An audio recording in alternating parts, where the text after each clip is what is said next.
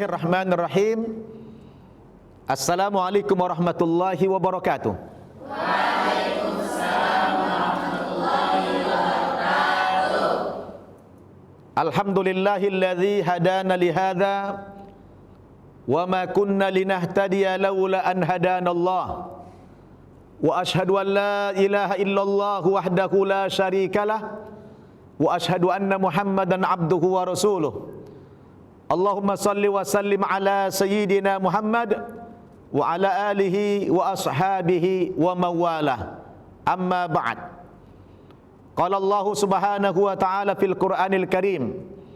A'udzu billahi minasy syaithanir rajim.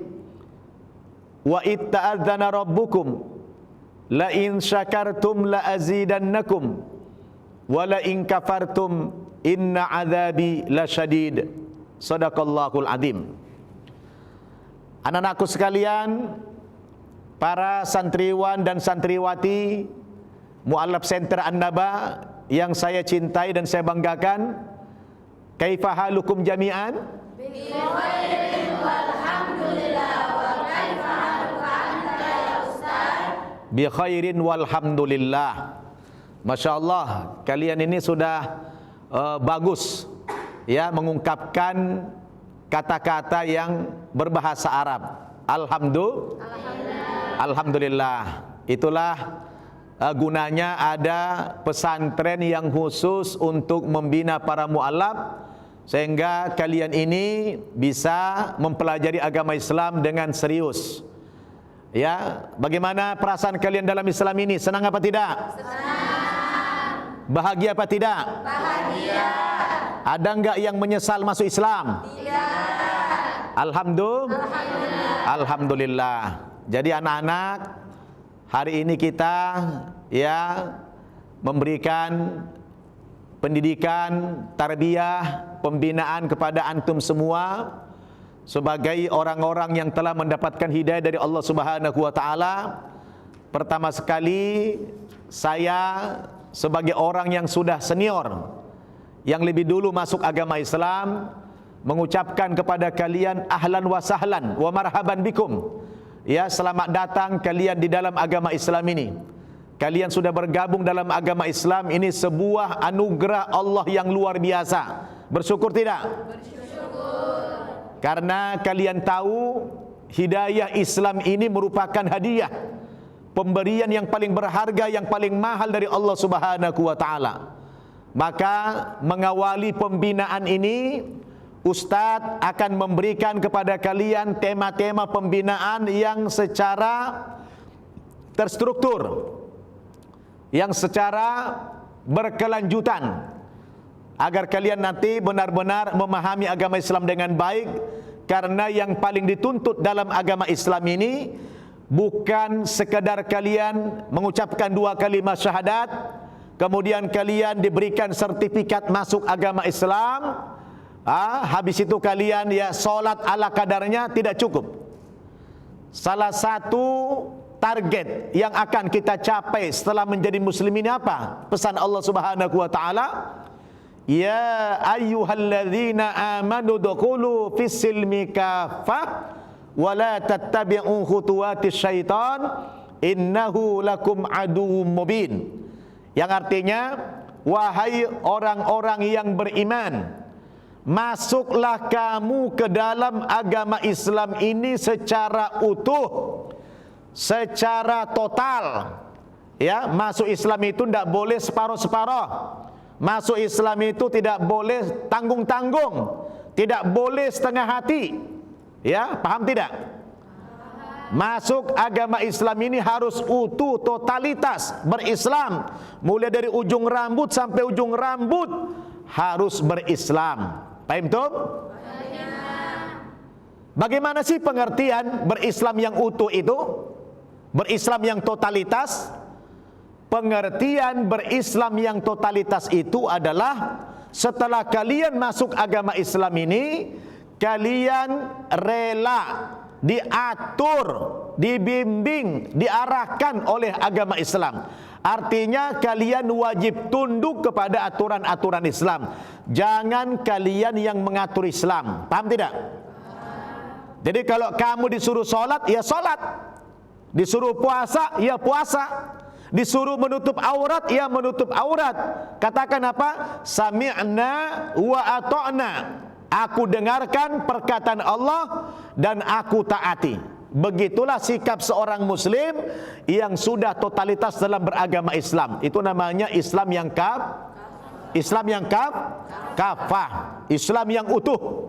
Jadi kan banyak juga orang Islam itu ya berislamnya setengah hati.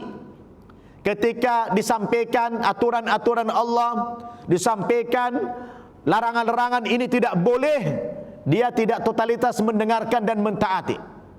Ya, contohnya apa? Ada mu'alaf.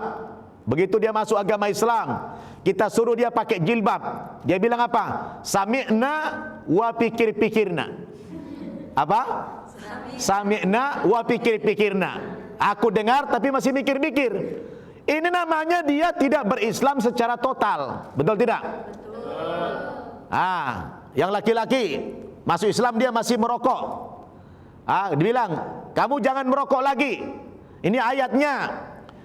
Yuhillu lahumut thayyibat wa yuharrimu alaihimul khaba'is. Dihalalkan kepada kamu yang baik-baik, diharamkan kepada kamu yang tidak baik. Apa katanya? Sami'na wa entar-entarna.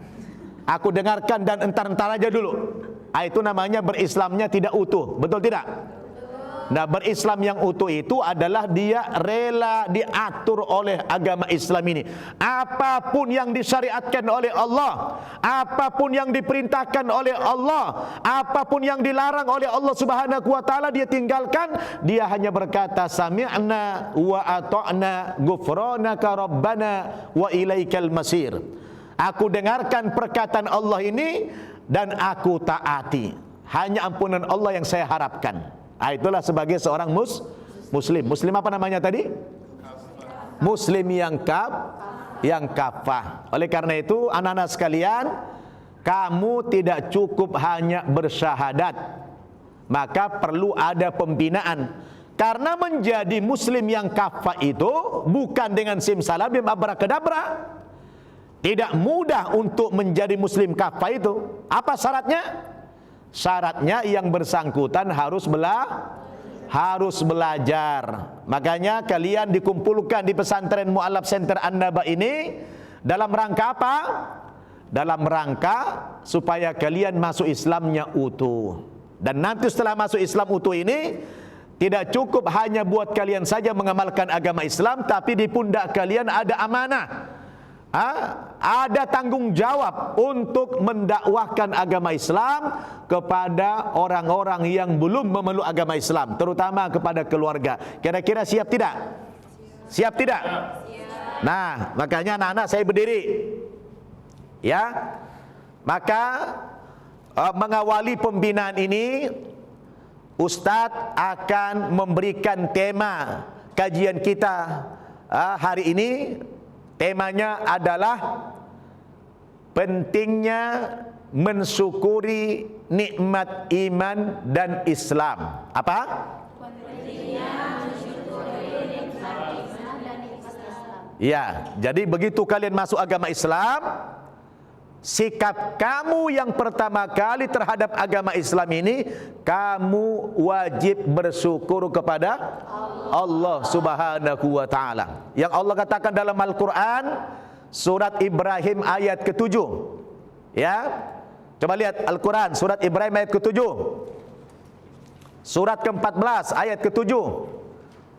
Ya, Allah Subhanahu wa taala berfirman, A'udzu billahi minasyaitonir rajim. Wa itta'adzana rabbukum la in syakartum la azidannakum wa la in kafartum inna adzabi lasyadid. Sesungguhnya kata Allah, kami telah umumkan kepada seluruh umat manusia, kalau kamu pandai bersyukur kepada Allah Subhanahu wa taala, terutama mensyukuri nikmat iman dan Islam ini, maka nikmat yang sudah ada itu ditambah-tambah sama Allah Subhanahu wa taala. Tapi wala in kafartum, kalau kalian mengingkari nikmat Allah itu, kalian tidak bersyukur, inna adzabila syadid, ketahui anak-anak, azab Allah itu sangat pedih sekali. Ya. Apalagi kalau kita sudah bicara tentang nikmat iman dan Islam, perlu kalian tahu, ini hadiah pemberian Allah yang paling mahal dalam hidup kita, yang tidak Allah berikan kepada seluruh umat manusia. Betul tidak? Betul. Tidak Allah berikan kepada semua manusia iman Islam ini.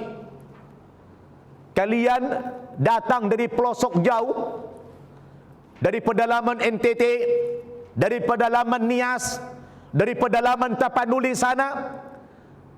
Kalian secara ekonomi bukan orang yang kaya, bukan orang yang hebat, bukan keturunan bangsawan, tapi Allah Subhanahu wa ta'ala memilih kalian menjadi orang yang beriman kepadanya. Ini anugerah Allah yang paling mahal. Betul tidak? Betul. Coba lihat dalam Al-Quran, surat Yunus ayat 99. Allah Subhanahu wa ta'ala berfirman, A'udzu billahi minasyaitonir rajim. Walau syaa rabbuka la'amana man fil ardi kulluhum jami'an afa anta tukrihun nasa hatta yakunu mu'minin. Kalau Tuhanmu mau, kalau Allah Subhanahu wa ta'ala menghendaki, sebenarnya bisa saja seluruh umat manusia ini dijadikan beriman kepada Allah, dijadikan beragama Islam semuanya. Bisa. Bisa enggak kalau Allah mau? Tidak ada yang sulit bagi Allah. Semua manusia bisa dijadikan beriman kalau Allah mau. Tapi Allah tidak mau. Ya, Allah tidak menginginkan yang seperti itu. Kenapa? Karena Allah menghargai masih hak dan kebebasan manusia ini. Allah tidak paksakan dengan kekuasaannya untuk menjadikan manusia seiman semuanya, tidak.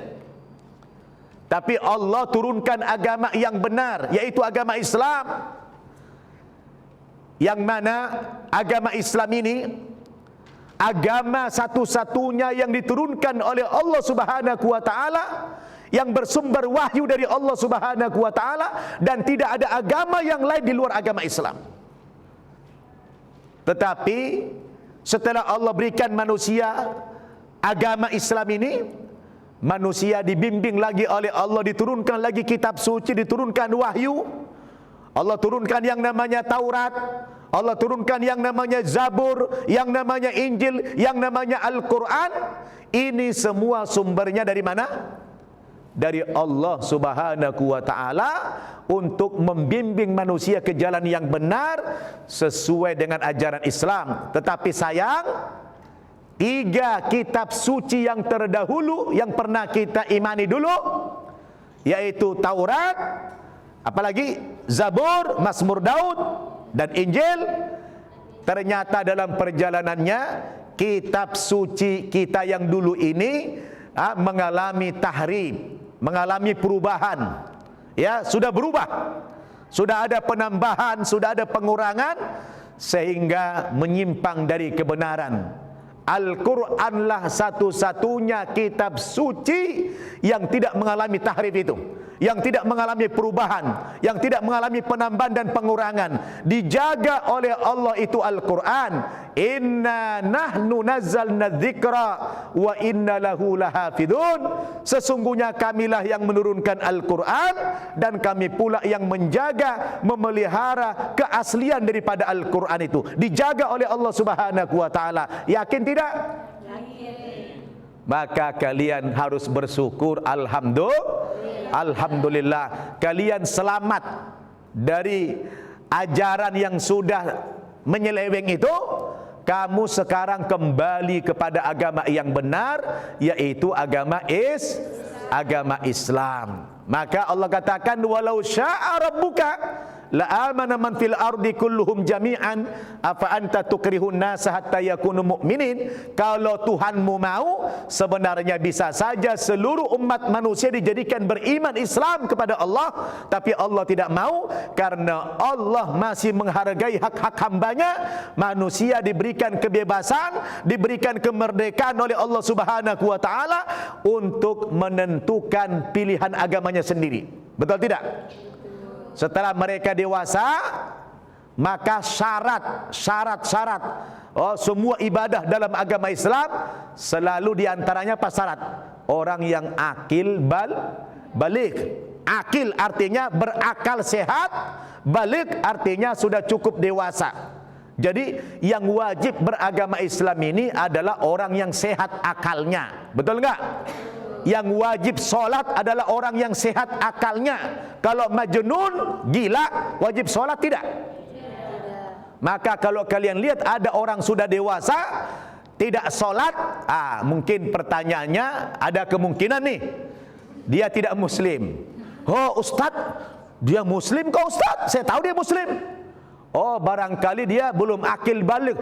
Masa pakai sudah putih rambutnya belum akil balik Ustaz? Oh barangkali yang bersangkutan majnun, gila. Kalau gila itu tidak wajib solat. Ada enggak yang begitu? Di Indonesia ini banyak orang gila. Banyak. Nanti kalau kalian mau pengen lihat orang gila, banyak pas Ramadan tuh, banyak orang gila. Ya, banyak orang gila nanti Ramadan itu. Karena banyak orang enggak puasa ya. Itu orang-orang gila tuh kalau enggak puasa itu. Benar enggak? Benar. Nah, jadi Allah Subhanahu wa taala menghargai hak asasi manusia ini. Dia tidak paksakan semua orang harus masuk Islam. Tidak. Maka kalian ini adalah orang-orang yang dipilih oleh Allah Subhanahu wa taala. Alhamdulillah. Padahal kalian bukanlah orang-orang yang pintar amat, betul enggak? Yang paling pintar di muka bumi siapa? Orang Yahudi.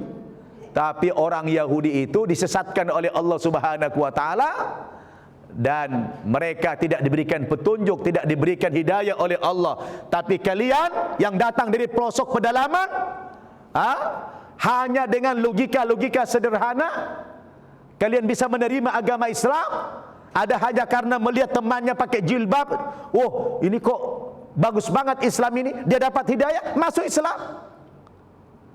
Ada karena melihat temannya itu setelah masuk Islam akhlaknya berubah, dapat hidayah, masuk Islam.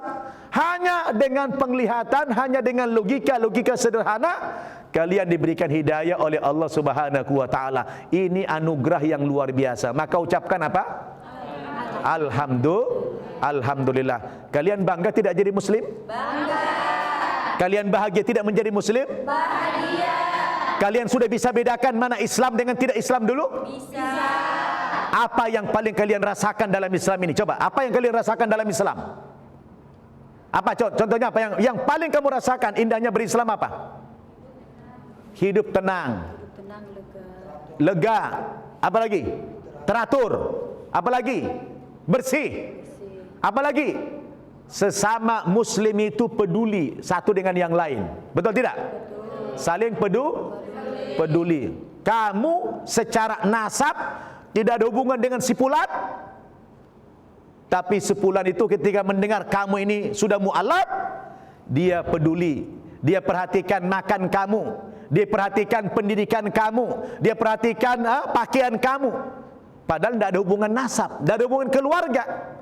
Begitulah hebatnya di dalam agama Islam ini. Betul tidak? Betul. Maka kita mau tidak mau banyak-banyak bersyukur kepada Allah Subhanahu wa ta'ala. Mudah-mudahan dengan kalian mengawali berislam banyak bersyukur kepada Allah Subhanahu wa ta'ala, maka insya Allah Allah semakin tambah hidayahnya kepada kamu, yang akibatnya membuat kamu nanti mudah mempelajari agama Islam, mudah mempraktekkan ajaran-ajaran Islam. Kenapa? Ditambah hidayah oleh Allah Subhanahu wa ta'ala. Allah katakan apa? Yudillu mayyasha wa yahdi mayyasha. Allah sesatkan orang-orang yang dikehendaki, pun diberikan petunjuk oleh Allah orang-orang yang dikehendaki. Jadi yang akan diberikan petunjuk orang yang dikehendaki oleh Allah Subhanahu wa ta'ala. Kalian ini kalian ini adalah orang yang dikehendaki oleh Allah menjadi beriman. Ucapkan alhamdulillah. Ini dulu pengantar kita untuk bagaimana kita pentingnya mensyukuri nikmat iman dan Islam supaya ditambah oleh Allah Subhanahu wa taala nikmatnya kepada kita. Ini terus nanti kita memberikan pelajaran kepada kalian ya secara tematik supaya kalian paham agama Islam secara menyeluruh. Senang tidak? Senang tidak? Baik, sebelum saya lanjut, silakan ada pertanyaan? Tadi Aminah bertanya, silakan Aminah. Ya, silakan. Pak Ustaz, saya ingin bertanya. Saya kan seorang mualaf yang dalam keadaan dia masih memiliki kedua orang tua. Dan yang ingin saya tanyakan bagaimana sikap yang saya hadapi jika kedua orang tua kita itu masih mendoktrin kita dengan pemikiran-pemikiran yang mengatakan bahwa agama yang kita anut sekarang adalah sesat. Dan bagaimana kita juga memberikan pernyataan yang baik tanpa menyinggung atau menyakiti hati orang tua. Ya, baik. Masya Allah, bagus sekali pertanyaan Aminah. Pertanyaannya jelas ya. Aminah bertanya tadi, Ustadz, bagaimana kita harus bersikap kepada orang tua yang orang tua kita masih non-muslim. Setiap saat orang tua kita tidak suka dengan kita dan agama yang kita anut. Apa yang harus kita lakukan? Begitu kan? Baik. Anak-anak, Islam ini agama yang paling mulia. Jangan mentang-mentang kalian sudah masuk agama Islam, lalu kalian membenci orang tua, membenci saudara yang tidak muslim. Haram. Apa? Haram. Itu anak ghairu muaddab, anak yang tidak berakhlak itu namanya. Islam tidak mengajarkan yang demikian. Al-Quran memberikan pedoman kepada kita. Nanti baca dalam surah Luqman jawabannya. Wa in jahadaka ala an tusyrika bi ma laysa laka bihi ilmin. Saya ulangi. Wa in jahadaka ala an tusyrika bi ma laysa laka bi ilmun fala tuti'huma wa sahibhuma fid dunya ma'rufah. Para mu'allaf, wahai umat Islam, orang-orang telah mendapatkan hidayah dari Allah. Kalau ada kasus seperti tadi, kamu masuk Islam jadi mu'allaf, orang tuamu membenci kamu, membenci agamamu, atau kadang-kadang mereka menganggap kita sudah durhaka kepada orang tua. Kamu masuk Islam durhaka. Bagaimana respon kita? Kita kembali kepada nas Quran dalam surah Luqman. Allah Subhanahu wa taala mengatakan, "Wa in jahadaka 'ala an tusyrika bi ma laysa laka bi ilmun fala tuti'huma." Apabila kedua orang tuamu memaksa kamu untuk kembali murtad dari agama Islam ini, maka tentu sikap kamu sebagai anak, fala tuti'huma, jangan kamu taati kedua orang tuamu itu. Jangan kamu taati kedua orang tuamu. Dalam urusan iman, haram anak taat kepada orang tua kemudian dia murtad, haram hukumnya. Gak boleh. Tetapi dalam urusan kemanusiaan, wasahibhuma fid dunya ma'rufa, kamu tetap wajib berbuat baik kepada kedua orang tuamu meskipun dia membenci kamu, memusuhi kamu dan agamamu. Kamu sebagai anak tetap wajib berbuat baik. Tapi kalau kamu dipaksa murtad, haram kamu mentaati agama orang tuamu. Indah gak Islam itu? Dalam urusan akidah dipaksa murtad, anak tidak boleh taat. Oh, kamu durhaka. Oh, bilang, "Ma, Pa, saya secara pribadi tidak durhaka kepada papa dan mama. Yang saya durhaka itu adalah kepada agama papa dan mama. Agama papa mama yang aku durhaka. Aku tidak taat. Tapi kalau kepada papa mama, aku tetap berbuat baik, berbakti, wajib taat kepada orang tua. Urusan kemanusiaan. Jadi papa mama jangan katakan saya durhaka, tidak. Saya tidak durhaka kepada papa mama, tapi saya hanya durhaka kepada agama yang dianut papa sama mama. Nah, beda kan? Beda tidak? Beda. Jadi kita tetap punya sikap yang adil, punya sikap yang ramah. Dalam hal apa tadi nggak boleh kita patuh? Urusan iman. Diajak murtad boleh nggak ikut? Haram. Tapi urusan kemanusiaan wajib nggak berbuat baik? Kalau kamu kaya, orang tuamu miskin, kamu wajib ngasih makan, memberikan dia pakaian, memberikan dia tempat tinggal, wajib sebagai anak. Itulah agama Islam sebagai agama yang rahmatan lil alamin. Baik anak-anak, nanti kita lanjut lagi. Mudah-mudahan kajian singkat kita ini mencerahkan kalian sehingga kalian bisa menjadi hamba yang senantiasa bersyukur kepada Allah, karena iman Islam ini tidak diberikan kepada seluruh manusia. Gimana? Mantap? Terima kasih. Kita tutup dengan doa kafaratul majlis. Subhanakallahumma bihamdik asyhadu an la ilaha illa anta astaghfiruka wa atubu ilaik. Wassalamualaikum warahmatullahi wabarakatuh. Waalaikumsalam warahmatullahi wabarakatuh.